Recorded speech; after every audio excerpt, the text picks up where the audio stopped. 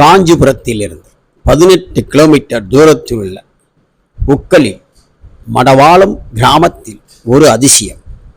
அதை காணத்தான் நாங்கள் சென்று கொண்டிருக்கிறோம். அப்படி என்ன அதிசயம்? மதுரையில் மீனாட்சி, காஞ்சியிலே காமாட்சி, தில்லையில் சிவகாமி, திருக்கடலூரில் அபிராமி, நெல்லையில் காந்திமதி, சீர்காழிலே திரிபுர சுந்தரி, மயிலிலே கற்பகம்பாள், திருவேற்காட்டிலே கருமாரி, உக்கலிலே ஸ்ரீ காமாட்சி அம்மாள். ஸ்ரீ காமாட்சி அம்மாள் திருக்கோயிலை நோக்கிதான் நாம் இப்பொழுது சென்று கொண்டிருக்கிறோம். என்ன இந்த விசேஷம்? அப்படி என்று நாம் நேரிலே சென்று பார்த்த பிறகுதான் அறிய முடியும். தூரத்திலிருந்தே நாங்கள் காரிலே பயணிக்கும் போதே பார்த்தோம். 2 ராஜகோபுரம் வடக்கு நோக்கியும் கிழக்கு நோக்கியும் உள்ளது. மிக பிரம்மாண்டமான ஒரு கோயில். 5 ஏக்கர் நிலப்பரப்பிலே சுயம்புவாக உருவான ஸ்ரீ காமாட்சி அம்பாள் இத்திருத்தலத்தில் வெளியே ஒரு குளம், நன்னீர் குளம். இப்படி ஆதிசங்கரின் அருளாசி பெற்ற இந்த ஸ்ரீ காமாட்சி அம்பாள் திருக்கோயிலில் வலம் வருவோம். நீங்களும் காணுங்கள் மகிழ்வுடன். இன்று புரட்டாசி 1 பௌர்ணமி தினம் வேறு. ஏராளமான மக்கள் வந்து கொண்டுதான் இருந்தார்கள். பூஜை நேரம் மணி ஓசை கேட்டுக்கொண்டுதான் இருந்தது. நாங்களும் உள்ளே சென்று பார்க்கும் ஆவலில் தான் இருந்தோம். இதோ பாருங்கள், 3ஆம் பிறை தரிசனத்திற்கான நாட்குறிப்புகள். இங்கு ஒவ்வொரு 3ஆம் பிறை என்றும் விசேஷமான பூஜை. அப்படி என்ன 3ஆம் பிறை என்பதை பின்பு பார்ப்போம். கோயில் மணி ஓசை கேட்க 3ஆம் பிறை பூஜைகள் மாதந்தோறும் நடைபெற்று கொண்டிருக்கிறது. இதேபோல் நவராத்திரி 10 நாள் உற்சவம், பிரம்மோற்சவம் ஸ்ரீ காமாட்சி அம்பாளுக்கு நடைபெறுகிறது. இத்திருத்தலத்தில் வடக்கு நோக்கி காட்சி தருகிறாள் மகாலட்சுமி. திவ்ய தரிசனம். அம்பாள் ஸ்ரீ காமாட்சி அம்பாள் நுழைந்தவுடனே தரிசனம் தரும் ஸ்ரீ மகாலட்சுமி தேவி. என்ன அழகு பாருங்கள்! இவ்வளவு ஒரு சிறப்பான கட்டட அமைப்பு, கற்களாலே கட்டப்பட்ட ஒரு பிரம்மாண்டமான கோயில்.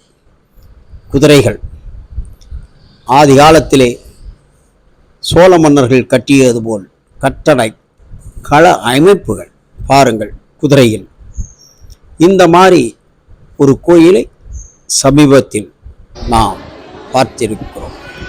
நவராத்திரி பூஜைகளுக்கான அறிவிப்புகள் ஆன பலகைகளும் உள்ளன. 12ஆம் தேதி விசேஷ பூஜை, சண்டி ஹோமம் என்று கோயில் நிர்வாகம் அறிவிக்கிறது. யார் இவர்? என்ன செய்து கொண்டிருக்கிறார்? எப்படி இருக்கிறது இங்கு கோயில் என்று உள்ளே சென்று பார்க்கலாம். இதோ பாருங்கள், கால பைரவர். இவர் மேற்கு நோக்கி அமர்ந்திருக்கிறார். அம்பாள் சன்னதிக்கு எதிரிலே கிழக்கு கோபுர வாசல் நுழைவாயிலே எவ்வளவு பிரம்மாண்டமான ஒரு கால பைரவர் சிலை. பலிபீடம். மக்கள் தங்கள் வேண்டுதலுக்காக நெய் தீபம் ஏற்றுக்கொண்டிருக்கிறார்கள். கொடிமரம் வலம் வந்தால் குத்து விளக்குகள், உயரமான குத்து விளக்குகள். எதிரிலே கொடிமரத்து எதிரிலே கிழக்கை நோக்கி, கிழக்கு திசையை நோக்கி அம்பாள் நமக்கு தரிசனம் செய்து கொண்டிருக்கிறோம். ஏராளமான மக்கள். உள்ளே சந்திரமௌலீஸ்வரர், ஜெகத்குரு ஸ்ரீ ஆதிசங்கரர் தியான பீடம். இங்கு சந்திரமௌலீஸ்வரர் உருவ வடிவிலே காட்சி தருகிறார். எவ்வளோ பெரிய குத்து விளக்கு! அதன் அருகிலே சக்கரம்.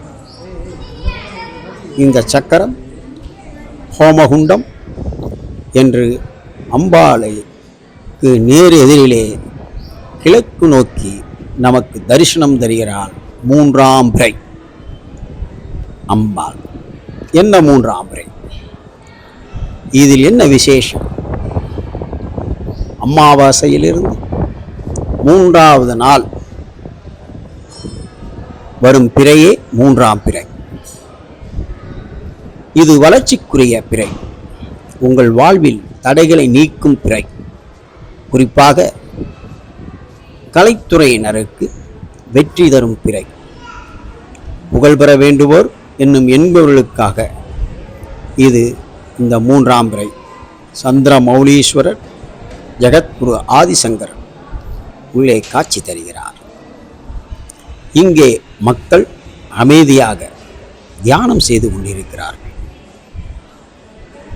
பாருங்கள், சிவன் மனித ரூபத்தில், அருகிலே ஆதிசங்கர், சந்திர மௌலீஸ்வரர். இங்கே நாங்கள் உள்ளே சென்று அந்த அமைதியான சூழலை அனுபவித்தோம். ஒரு தியான நிலை. இந்த மாதிரி புலித்தோளின் மேல் சிவபெருமான். இப்படி அந்த மண்டபத்தை ஏராளமான பக்தர்கள் வந்து மன அமைதிக்காக தியானம் செய்து கொண்டிருந்தார்கள். இங்கே ஒருவர் அமர்ந்து நீண்ட நேரம் தியான நிலையில் இருந்தார். யார் இவர்? பின்பு பார்ப்போம். இந்த தியான நிலை என்பது சாதாரண விஷயம் அல்ல. 2-3 நிமிடங்களே தியானத்தில் இருப்பதே அதிசயம். நம்மளால் முடியாது. இவர் பல மணி நேரம் இங்கு தியான நிலையிலே அமர்ந்திருக்கிறார். யார் இவர்? இவரை பற்றி நாம் பின்பு பார்ப்போம். இப்பொழுது அம்பாளை பற்றி விரிவாக பார்ப்போம். அம்பாள் கடைக்கண் பற்றாலே நம் பாவம் தீரும். அதனால் அம்பாள் தரிசனம் நமக்கு மிகவும் அவசியம். இங்கே ஏராளமான பக்தர்கள் வந்து கொண்டே இருக்கிறார்கள். இவர்களுக்கு இத்திருக்கோயில் அனைத்து வசதிகளும் செய்யப்பட்டுள்ளது.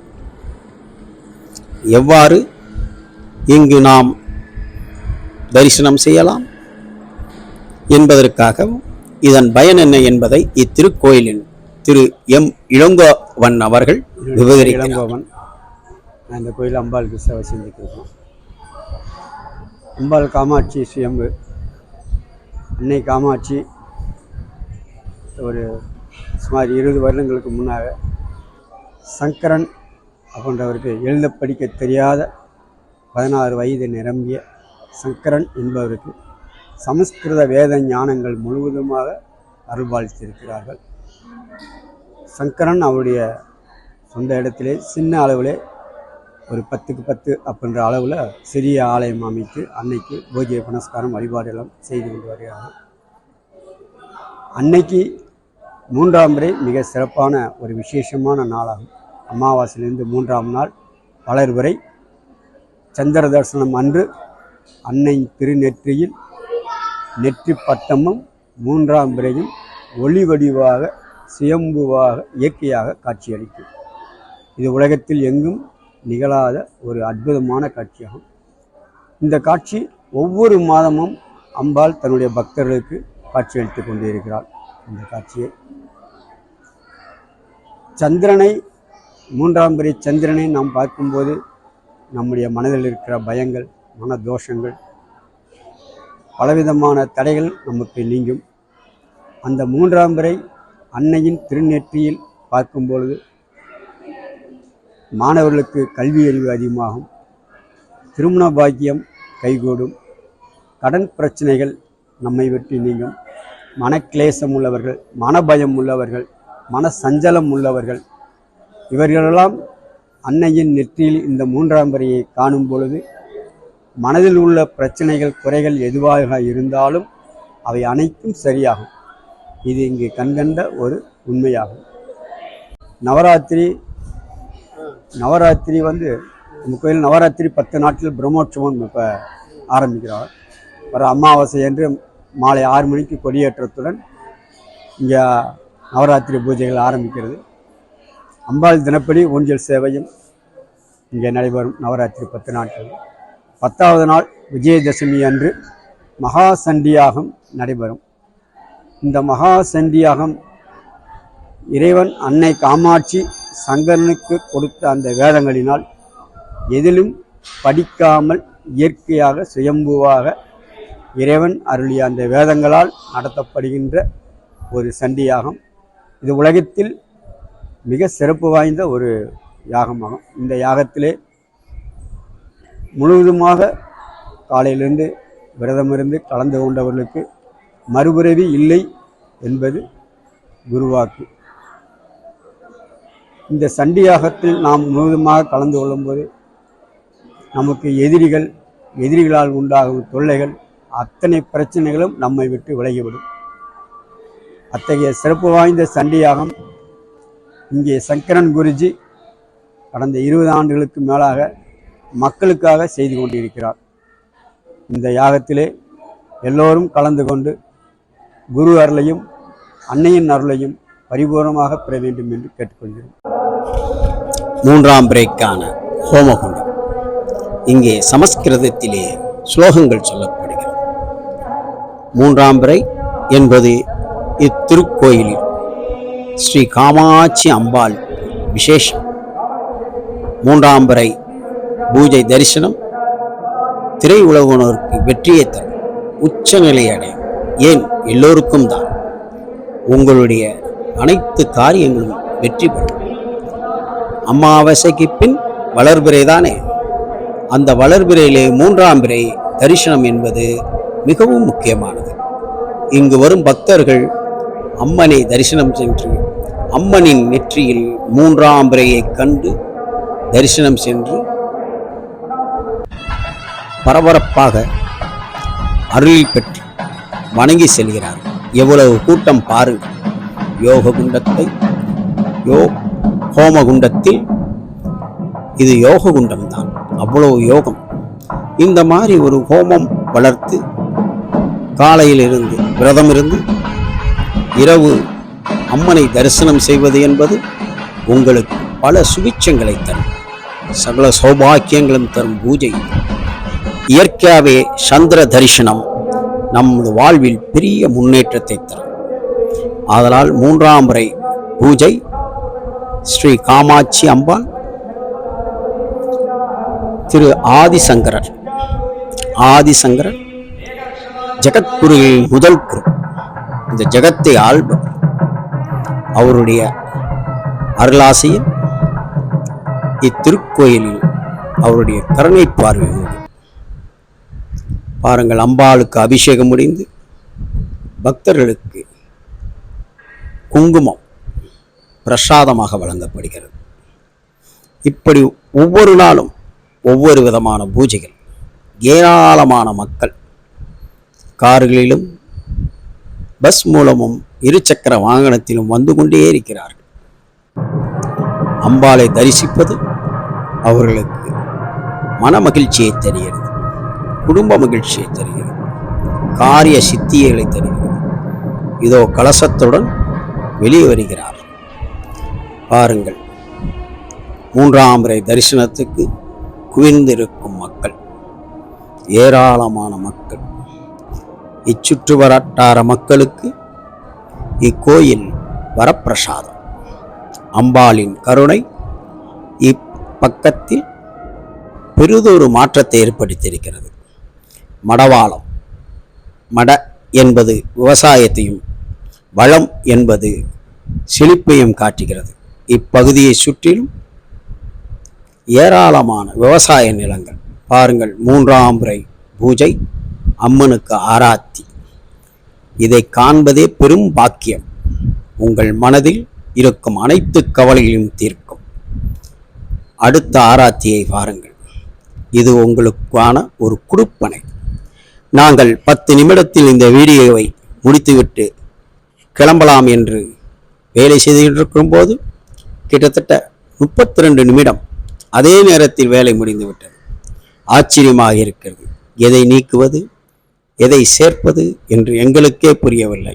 எல்லாம் அம்பாளின் கருணை. எங்களால் அம்பாளின் கருணையை அனுபவிக்க முடிந்தது. இங்கு நாங்களாக வரவில்லை, அம்பாளாகவே அழைத்தார். இந்த மாதிரி ஒரு பாக்கியம் பெறுவதற்கு நாங்களும் கொடுப்பனை செய்திருக்க வேண்டும்.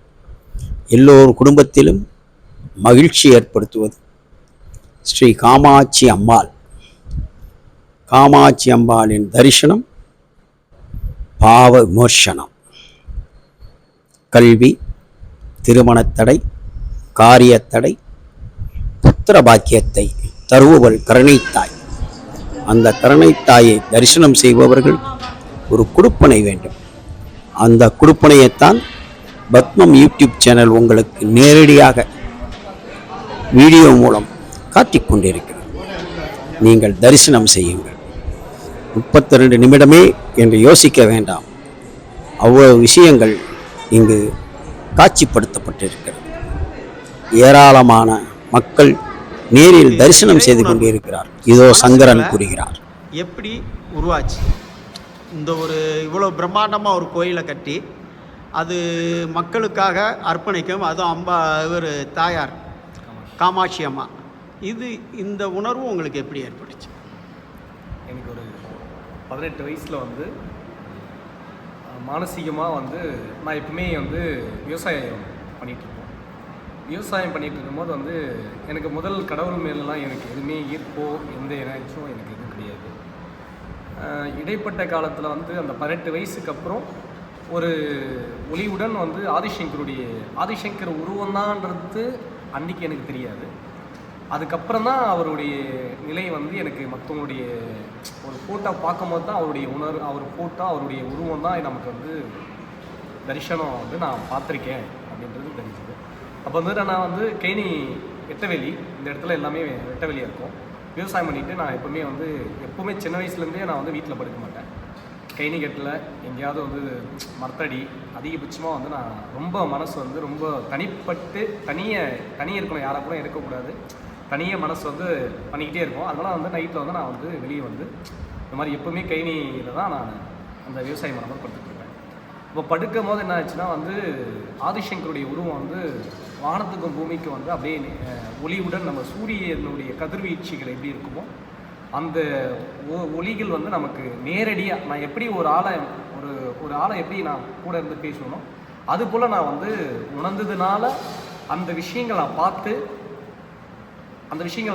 வந்து அதை பார்த்து உணர்ந்து அது பேச முடியாமல் அது கண்ணீர் மட்டும் தான் வந்ததை கண்டி அந்த ஒளி மட்டும் ஒரு எனர்ஜி மட்டும் அந்த ஒளியுடன் வந்து நமக்கு ஏதோ ஒரு உடம்புல வந்து பாஞ்சா மாதிரி ஒரு எனர்ஜி அது மட்டும் தான் நான் உணர்ந்தேன். பேசுகிற பொருளோ செயலோ எதுவுமே எனக்கு வந்து பேசணும்னு நினச்சா கூட பேச முடியாத ஒரு அது என்ன சொல்லுவாங்கன்னா மனசு வந்து அது தாண்டிச்சு, அந்த உணர்வு நிலையெல்லாம் தாண்டி வேறு இடத்துக்கு போனதுனால அந்த உணர்வு மட்டும் நான் அனுபவிச்சதுனால அதுக்கப்புறம் தான் வந்து எனக்கு இடைப்பட்ட ஒரு 3 மாதம் கழிச்சு நான் அப்போலாம் வந்து மாடு இதெல்லாம் மேய்ச்சிக்கிட்டு இருப்போம். மாடு மேய்ப்போம், ஆடுலாம் மேய்ப்போம். எனக்கு படிக்க தெரியாது, நான் 1வது கூட போனது கிடையாது. அதெல்லாம் வந்து எனக்கு படிப்புன்ற விஷயமே எனக்கு வரல. அதெல்லாம் வந்து நான் அந்த பக்கமும் போகல. ஒரு 1வதுலேயே 3-4 வாட்டி ஃபைலு. அதனால் டீச்சர் வந்து வீட்டுக்கு அனுப்பிச்சிட்டாங்க. உனக்கு படிப்பு வரல தம்பி, நீ வீட்டுக்கு போயிடு அப்படின்ட்டாங்க. அதனால் வந்து என்ன பண்ணேன்னா வந்து அப்போலாம் வந்து ஆடு மாடெல்லாம் இருக்கும் விவசாயம் பண்ணுறதுல. அந்த டைமில் வந்து ஒரு 3 மாதம் கழிச்சு அந்த அருள் இந்த காட்சி வந்த பிறகு இந்த நிலையை வந்து எனக்கு ஒரு 3 மாதம் கழிச்சு இந்த வேதம் வந்து எனக்கு இயற்கையாக வர ஆரம்பிச்சிது. இந்த ஸ்லோகம் வந்து இது சமஸ்கிருதமாக என்னவோ ஏதோ ஒரு உலரன்னு மட்டும் எனக்கு தெரிஞ்சுக்கிட்டே இருந்தது. நான் எங்கெல்லாம் போகிறோன்னா தனிப்பட்டு இருக்கும்போது அங்கெல்லாம் வந்து ஸ்லோகம் வரும், என்னை மீறி தன்னை மீறி வரும், வந்துக்கிட்டே இருக்கும். இது என்னன்னு தெரியாது, எனக்கு படிக்கவும் தெரியாது, ஒன்றும் கிடையாது. எங்கள் ஊரில் ஒரு ஜிஜேந்திரன் ஐயர் ஒருத்தர் எனக்கு ரொம்ப அவர் நல்லா தெரியும். அவர் கீழே கொடுக்கும்போது வந்து இல்லை சங்கர், இது வந்து சமஸ்கிருதம், இது எப்படி உனக்கு வருது, அது என்ன காரணம் அப்படின்னு கேட்டேன். அப்போ நான் சொல்லும் போது எனக்கு தெரியல, எனக்கு இயற்கையாக வருது, அதனால் நான் பண்ணிக்கிட்டு இருக்கேன், எனக்கு என்ன பண்ணுறதுன்னு தெரியல, அது ஒரு இதுவாக இருக்குது அப்படின்னு. அதுக்கப்புறம் வந்து உடனே நம்ம அதெல்லாம் முடிச்சிட்ட பிறகு ஒரு மாதம் கழிச்சு இயற்கையாக காமாட்சி அம்பாள் வந்து நிஜரூபமான தரிசனம் வந்து எனக்கு காட்சி கொடுத்தாங்க. நிஜரூபமாக தரிசனம்னா அதுவும் ஒரு குழம்பு போல் அந்த வடிவம், அந்த அக்னி வடிவத்தோட அந்த வடிவம் வந்து இன்றைக்கி கூட அந்த ஏகசாலையில் வந்திருக்கும். அதே வடிவம் தான் நான் அந்த உருவத்தை பார்த்த பிறகு வந்து அந்த அம்பாள் வந்து அந்த பெரிய மட்டும்தான் தெரியும். அந்த என்ன சொல்கிறது உருவமெல்லாம் தெரியாது. அந்த குழம்பு வடிவத்தோட ஒரு பெண் எப்படி நிற்போமோ அது மாதிரி பிறை மட்டும் வானத்தில் எப்படி நிலவு தெரியுமோ அது மாதிரி தெரியும்.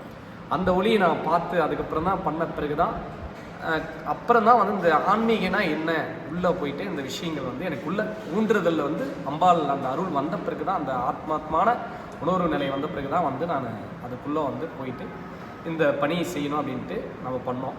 அதுக்கப்புறம் அம்பாலே அந்த கிடைச்சி அந்த செயல் அம்பாலே கொடுத்தா. அந்த அவங்க விற்கிறது வந்து எனக்கு இயற்கையாகவே கிடைச்சிது.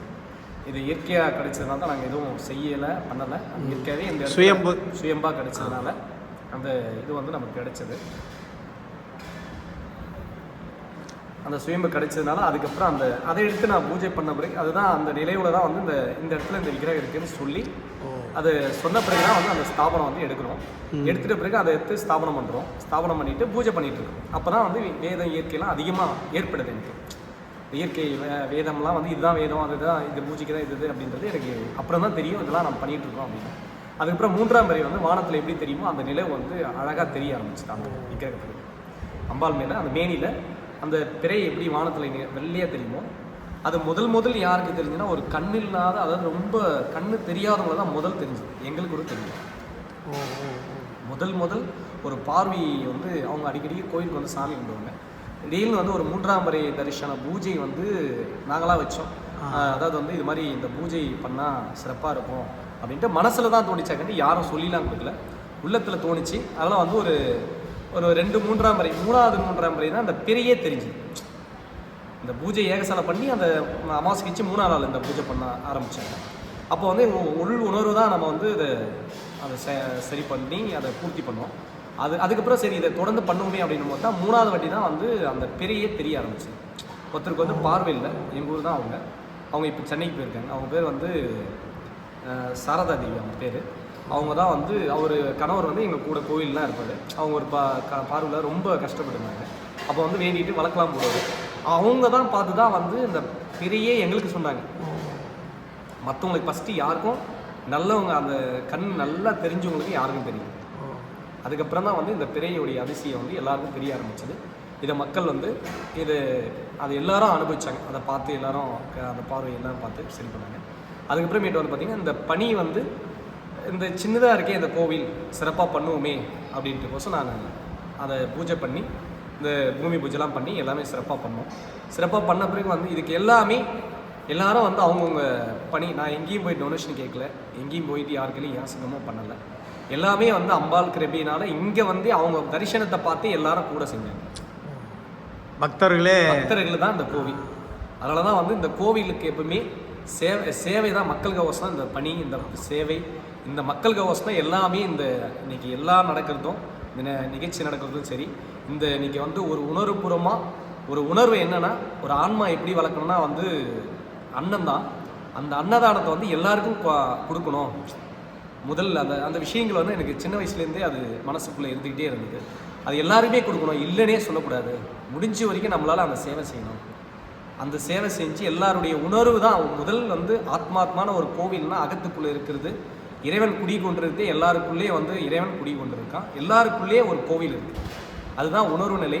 அந்த உணர்வு நிலைக்கு தான் வந்து உயிராற்றக்கூடிய பசின்ற ஒரு தேவையான ஒரு சக்தி எங்கன்னா அந்த பிம்பத்துக்குள்ளே இருக்கிறது வந்து அன்னம் தான். அந்த அன்னம் என்றதுனால வந்து அதை கொடுத்தா எல்லாமே மனசுக்கு வந்து நிறைவு. எதுவும் போரும்னு சொல்ல மாட்டாங்க, இந்த ஒன்று மட்டும் போருன்னு சொல்லக்கூடிய மனம் வந்து அது மட்டும்தான் அடங்கும் அப்படின்னு சொல்லி இந்த பணியை வந்து சிறப்பாக வந்து செஞ்சு எப்பவுமே நாங்கள் எங்களுக்கு வந்து வேறு எந்த ஒரு ஆசையெல்லாம் இல்லை. எப்பவும் வந்து சிறப்பாக இந்த பணியை வந்து இந்த அன்னதானம் எப்பவுமே மக்களுக்கு சென்றடையணும். மக்களுக்காகவே அந்த பணியை வந்து செஞ்சு இயற்கையாக கடவுளுக்கு கூட எல்லாரும் வந்து பணி செஞ்சு எல்லாரும் பூர்த்தி பண்ணி சிறப்பாக முடிக்கணும்னு ஆசை.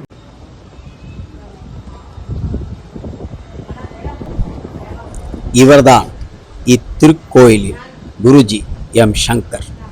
அவர் பேசியதை கேட்டிருப்பீர்கள். அதிசயமாக இருக்கிறதா? தினசரி மதியம் 12 மணி முதல் 1 மணி வரை அன்னதானம். நாங்கள் சென்ற அன்று பௌர்ணமி தினம், புரட்டாசி முதல் நாள் அன்னதானம் கேட்க கொடுத்து கொண்டிருந்தார்கள். ஆயிரக்கணக்கான மக்கள் அன்னப்பிரசாதத்தை இந்த அன்னமிட்ட கையில் வாங்கி கொண்டிருந்தார்கள். சாம்பார், உருளைக்கிழங்கு பொரியல், ரசம், அளவு சாப்பாடெல்லாம் இல்லை. உங்கள் வயிறு நிறைய இங்கு நீங்கள் எவ்வளவு வேண்டுனாலும் அன்னப்பிரசாதத்தை உண்ணலாம். இங்கு அன்னமிட்ட கையாக சங்கர் குருஜி இந்த மக்களுக்கு காட்சி தருகிறார்.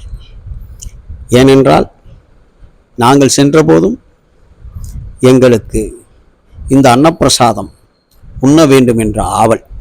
ஆனால் மக்கள் அலை அலையாக அவர்கள் ஏற்பாடு செய்த அளவுக்கு மேல் மக்கள் வந்ததால் மீண்டும் மீண்டும் மீண்டும் சமைத்து கொண்டிருந்தார்கள். சங்கர் குருஜி சளைக்காமல் அனைவருக்கும் அவரே பரிமாறிக்கொண்டு வந்தார். உடன் திரு எம் இளங்கோவன் இவரும் தொடர்ந்து அன்னதான பணியில் இவர்கள் காட்டிய பரிவும் அன்பும் எந்த விதமான சிடுசிடுப்பும் இல்லை. எவ்வளவு வேண்டுனாலும் சாப்பிடுங்கள், எவ்வளவு வேணுனாலும் வாருங்கள், நாங்கள் அன்னமிட தயார். எல்லோரும் பொதுமக்கள் வழங்கும் பணம், அரிசி இதெல்லாம் அம்பாளுக்கு தினசரி வந்து அப்பகுதியில் இருக்கிற மக்கள்கள் அரிசி, பருப்பு, காய்கறிகளை வழங்கி கொண்டுதான் இருக்கிறார்கள். இதில் எங்கள் பணம் அல்ல, மக்களின் பணம், பக்தர்களின் பணம். நாங்களும் இந்த சரியாக 1:30 2 மணி இருக்கும், பசி, சரி அன்னம் சாப்பிடலாம் என்றாலும் ஒரு பக்கம் இவ்வளவு மக்களுக்கு கொடுத்து கொண்டிருக்கிறார்கள். நாமாவது எங்கேயாவது காரில் சென்று சாப்பிட்டு கொள்ளலாம். இவர்கள் அனைவருக்கும் அன்னமிட வேண்டுமே, அன்னம் பிரசாதம் அனைவரும் உண்டு மகிழ வேண்டுமே என்ற எண்ணத்தில் இருந்தோம். ஆனால் அங்கும் ஒரு அதிசயம் நடந்தது. நாங்கள் இந்த வீடியோ ஷூட்டை முடித்து கொண்டு செல்லும்போது ஒரு இடத்தில் தண்ணீர் பாட்டில் வாங்கும் இறங்கிய போது அங்கே இருந்த ஒரு தாய், சாப்பிட்றீங்களா அப்படின்னு கேட்டார்.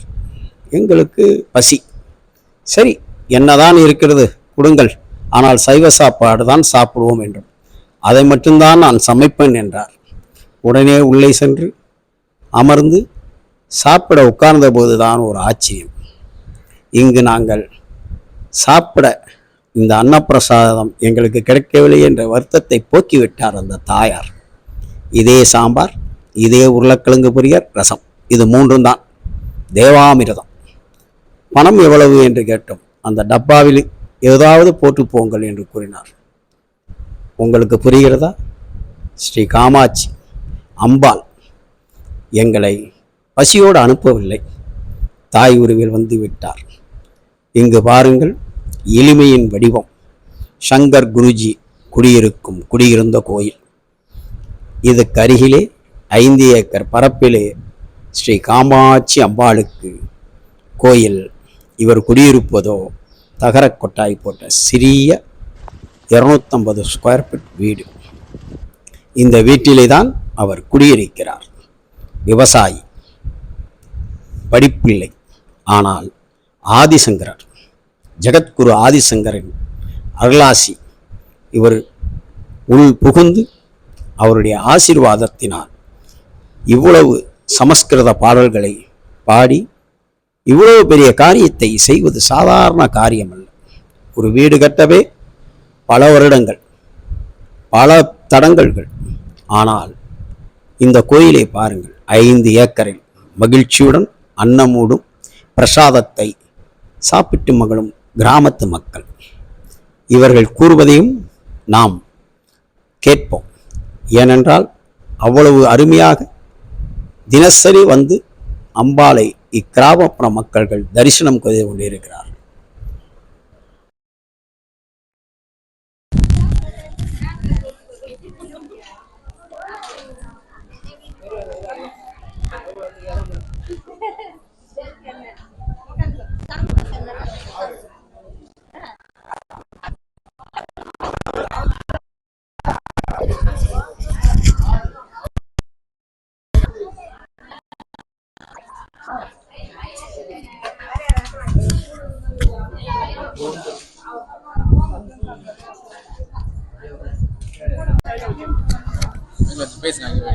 காஞ்சி காமாட்சி அம்மன் கோயில் குள் கிராமம். அன்னதானம் ரொம்ப சிறப்பாக நடக்குது. வரவங்கெல்லாம் வந்து பௌர்ணமிக்கு அன்னதானம் சாப்பிட்டு கோயிலை சுற்றி வரமாக பார்த்துருவோம். நீங்கள் எந்த ஊர்லேருந்து வரீங்க? நான் சிலாம்பாங்க கிராமம், பக்கத்து கிராமம் தான். அடிக்கடி வருவீங்களா? இப்போ தான் நான் புதுசாக இருந்தேன். இதுக்கு முன்னாடி 5 தடவை வந்துருக்கிறேன். இதில் வந்தாலும் உங்களுக்கு திருப்தியாக இருக்கா? ரொம்ப திருப்தி. மக்களுக்கு என்ன சொல்லுவாங்க? மக்களுக்காக என்ன, ரொம்ப அன்பான கோயில். சுற்று வந்து பார்க்கறது ஒரு இயற்கையான காற்று வருது. சுற்று கிராமில் காஞ்சிபுரம் போனால் ரொம்ப இடுக்கடியாக இருக்கும். அங்கே போனால் திருடம் தொல்லைங்க. இங்கே வந்தால் எந்த தொல்லையும் கிடையாது. இயற்கையாக வந்து சுற்றி வட்டாரம் பூரா கிராமத்தை வந்து பார்க்கலாம். கிராமத்துக்கு நல்லா சிறப்பாக இருக்கும்.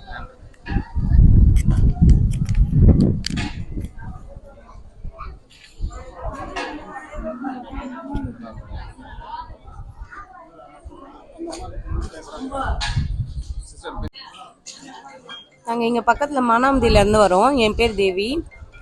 இந்த கோயிலோட சிறப்பு தெரிஞ்சுட்டு இந்த காமாட்சி அம்மன் பார்க்கறதுக்காக தான் நாங்கள் இங்கே வந்திருந்தோம். இதான் ஃபஸ்ட் டைம் வர்றது. இங்கே வந்திருந்தோம். கோயிலோட சிறப்பை பார்த்திங்கன்னா இங்கே இருக்க சிற்பங்கள் எல்லாமே அழகாக இருக்குது. இங்கே சிவனில் பார்த்திங்கன்னா மெயினாக இங்கே எல்லா இடத்துலையும் உருவம் இல்லாமல் இருக்கும், இங்கே உருவத்தோடு இருக்குது. அதுதான் இங்கே மெயின் ப்ளஸ் பாயிண்ட்டு. நெக்ஸ்ட் இங்கே பார்த்திங்கன்னா கால பைரவர், அது எல்லா இடத்துலையும் இருக்காது, அது இங்கே கால பைரவர் இருக்காங்க. அதே மாதிரி இங்கே சுற்றி இருக்கக்கூடிய விநாயகர் ஆகட்டும், முருகர் ஆகட்டும், இங்கே இருக்க அந்த 5 முகம் கொண்ட விநாயகர் எல்லாமே இந்த கோயிலில் சிறப்புகள் அதிகமாக இருக்குது. அதில் பார்க்கறதுக்காக தான் நாங்கள் இங்கே வந்தோம். அதே மாதிரி இங்கே சிறப்பாக மதியம் வரவங்களுக்கு எல்லாருக்கும் தண்ணி வசதி, ரெஸ்ட் ரூம் எல்லா வசதிகளும் இருக்குது. நெக்ஸ்ட் பார்த்திங்கன்னா மதியம் வரவங்களும் கஷ்டப்படக்கூடாதுனால அன்னதானமும் கொடுத்துட்ருக்காங்க. அது இன்னும் சிறப்பாக இருக்குது. வரவங்களுக்கு ரொம்ப நல்லாயிருக்கு. தேங்க்யூ. வேறு ஏதாவது சொல்லுவாங்களா?